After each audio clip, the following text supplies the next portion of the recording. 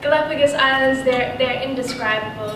The water is so blue and so warm, and of course there's seals everywhere, in the water, out the water. Yep, lying on the rocks, everywhere, seals. And of course iguanas, you've got the ones that swim in the water, you've got the ones sitting on the rocks lying in the sun, all different colors, really beautiful. We went swimming with sharks. You know, when we were doing that, we saw turtles, we saw dolphins, we saw more seals, we saw a plethora of exotic fish as well. So that was definitely my favorite trip of my whole exchange, was going to the Galapagos Islands. So you might be thinking that I've been pretty lucky, just traveling, living the good life, seeing so many amazing things, but it isn't all fun and games. So first of all, it was very difficult when I arrived in Ecuador to adjust to the culture. And they are all very, very Catholic over there, so that was a little bit of a shock. Churches everywhere, always going to churches. Of course the food, I didn't handle that. The whole year I was sick, never got used to it once. I had a terrible bacteria for months and months and months, was on treatments. So the food, that took some getting used to. And not many people like it. You know, they eat a lot of soup. They eat popcorn with the soup, they put banana in the soup. You have guinea pig and chicken together, and you have cold shrimp soup. So I didn't like it, but my stomach didn't like it. And of course this one wasn't too hard to get used to, but it was different. It was the family dynamics. Being in Spanish culture, they're very warm and touchy and huggy. So I guess that was nice, being an exchange student going to a culture like that. You know, you felt really welcomed and loved. Of course, the language. In Ecuador, they speak Spanish, just like I did at the beginning.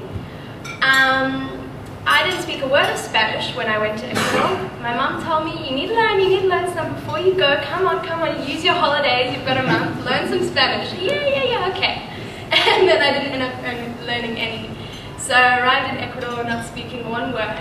My host mom couldn't get me from the airport, so I had to catch a taxi to my house, which was an interesting task. He didn't speak English, I didn't speak Spanish, so somehow I had to make that work.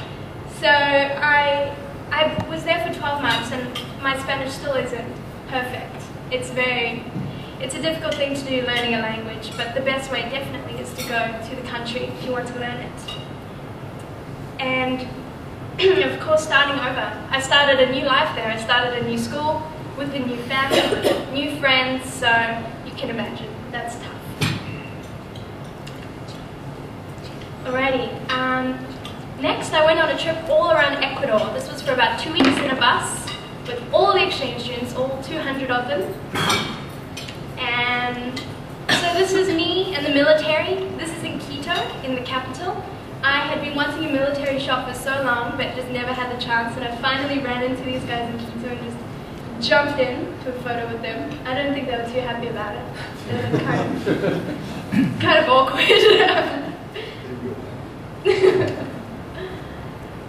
You can't see here, but we're actually 4,000 meters above sea level in this picture, and all here is Quito City. It's a massive city, but that's kind of it in the background there. So 4,000 meters above sea level, insane view up there, very cold, very difficult to breathe, and warm.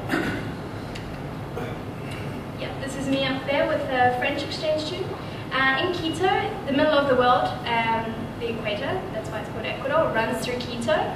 So we went there, we did a whole lot of tests, like balancing the egg on the nail, seeing which way the water goes down the toilet if you're on the northern or the southern hemisphere, and it actually does go in different directions.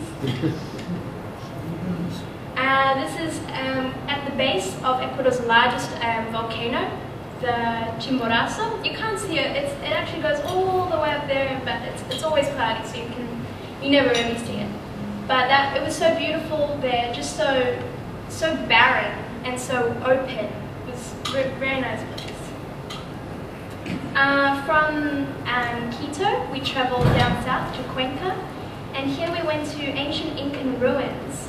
It was an amazing atmosphere being there, knowing that this place, it's been there for thousands and thousands of years. It was almost like a bit of an eerie atmosphere there. It was dead quiet and very cold once again. Here's a better photo. And wow, there's lots of cold stuff. This was the coldest day of my life. This was in Cuenca. It's a national park, Parque Nacional de Cajas. And yeah, as you can see, I didn't buy any gloves, which was stupid. Went there. This is about 4,200 meters above sea level. Absolutely freezing, and we had to hike down this hill here and all around the lake and back around. So that was an interesting experience. I was very happy to get in the bus and leave. Alright, this is in Cuenca now, in the downtown. Cuenca is just a beautiful city. It's full of churches, full of artwork. It's like an arty city. So we wandered around there for the day. We went and looked at all the markets, ice creams, and then we traveled west to Guayaquil, to the city on the coast. We stayed there for a night. We went on a massive boat and a tour around the harbour there for the night. Very nice place, Guayaquil. Alright, next trip. 2 weeks, 1 car. My trip around Ecuador with my sister. My sister Jade, she's 28. She came to Ecuador in July, I think it was, for 2 weeks. So this here is in Guayaquil yet again. Been to Guayaquil a few times. And beautiful walk we went on up a hill. You know, as you can see, it's a really small walkway. It's got restaurants and bars and music and foreign people everywhere. It's really Spanish what you think the coast is like. This is us once we reach the top of this hill, 432 steps later. And Guayaquil is an extremely humid city because you are right on the equator, but you're at the coast. You know, Quito is on the equator, but it's so cold because you're so high up. This is on the coast and on the equator, so you can imagine how difficult it was walking those 432 steps. This is us at the top. Really nice view of Guayaquil. And from Guayaquil we drove up to Quito. Long drive, but very much worth it. My sister loved it. Once again, we went up to the top of this mountain. It's called the Teleférico. And there were about 50 attempts at this photo, jumping up and down, which is very difficult, but eventually we got it. And from Quito, we drove east into the Amazon. We stayed in the Amazon for about 3 days at a beautiful resort. We did hiking, we saw so many animals, went swimming in the waterfall. It was really nice. And then went back to Quito and we went to the middle of the world. As you can see there, there's the line, latitude 000. And from Quito we drove all the way down south to Loja, to my city, which is where we are in this photo at that church. So it was a very, very long trip. We were exhausted. We were driving hours and hours and hours every day. And it's not so fun on the roads there. We went on motorbikes. We did a day trip around Loja on motorbikes. Alrighty, so that was my sister's trip. Now, my next best experience was when I went to Peru. My host family, Alexandra and Felipe, during the Easter holidays, they took me to Peru for a few days. This is me and my host sister here, Alexandra's daughter. This was the beach of our resort. Most stunning beaches as well, but very, very poor. I noticed such a difference when I went over the border from Ecuador into Peru. The poor people looked poorer compared to the people in Ecuador. You know, they were in Ecuador they have houses, at least. They have roofs and walls, but there it was just material houses that they had, and rubbish everywhere and mud, and it was really, really sad in Peru actually. Of course, lots of tanning. What else do you do? And next trip, I went to the Ecuadorian coastline. And this was actually my first time to the beach in Ecuador.